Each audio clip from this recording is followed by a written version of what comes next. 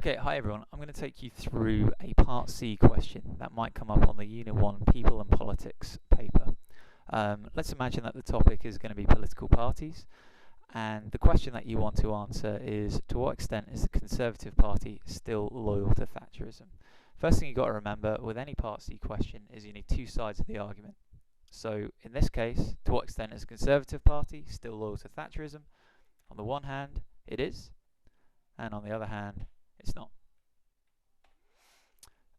On a Part C, all three of the assessment objectives come into play. Okay, knowledge and understanding, intellectual skills, and communication and coherence. Obviously, those assessment objectives, they're kind of vague at best. What do they basically mean? Knowledge and understanding, facts. In this case, you know exact policies of the Conservative Party. Intellectual skills, your ability to explain what those policies actually stand for. Communication and coherence, your ability to put down an argument on paper.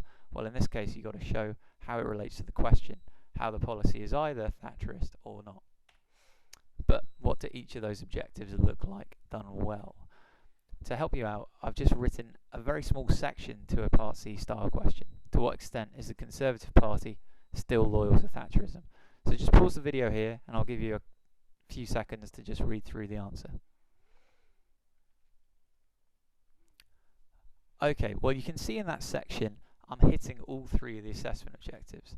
First up, there are my facts. Okay, in this case, the policy. For example, the policy to extend the amount of schools that are academies.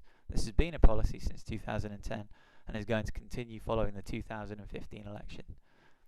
The ability to explain, well, it surrounds the fact. Okay, so I've started off the section as I would start off any paragraph to an argument question, showing that some policies of the Conservatives are definitely still Thatcherist. I've used the fact, and then I've elaborated on that. This provides schools with more freedom from central government and allows them to act on their decisions. Lastly, a bit of communication and coherence. The argument I'm putting down on paper here is showing how the policy clearly links to the question, how the policy shows that the Conservative Party is still loyal to Thatcherism by using, obviously, my understanding of Thatcherist principles. Okay, so your revision for party policies will look a little something like this. For each of the parties, you'll have a table showing what their traditional viewpoints are, differences within the party, in this case for the Conservatives, One Nation Conservatism and Thatcherism, and obviously you'll need to know some of today's Conservative policies. Just have a look over that now. What I want you to do is, using your notes and all the examples on the previous slide, is now have a go at completing the question. So you want to give yourself 25 minutes for this. Obviously you need an introduction and conclusion, two sides of the argument. On the one hand, yep. On the other hand, no, it's not. Have a look over the success criteria as well before you get going.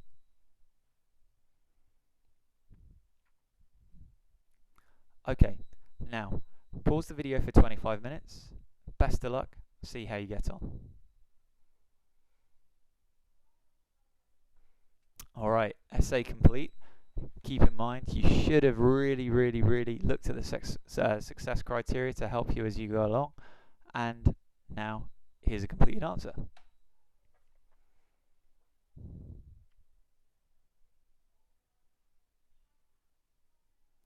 Right, use the success criteria to see how good this answer is.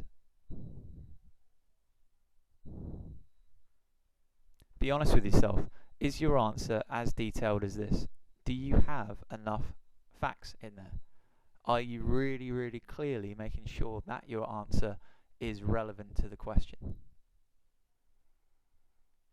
These are the things to work on, okay? Always keep in mind that with a Part C, first of all, you need an organised structure, introduction, on the one hand, on the other hand, and a conclusion. But more than that, you need the detail in there. You need the knowledge.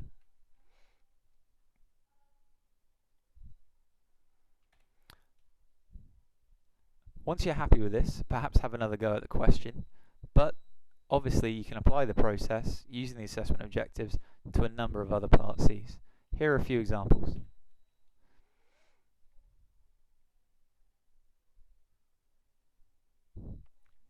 A good time to spend your revision now as you come up to the exam is to write as many of these as you can. but only once you're really, really clear on your knowledge. Okay, with any A-level question, whether it's AS or A2, in this case obviously AS, you need to have detail in there. There is that step up from GCSE. Okay, so best of luck.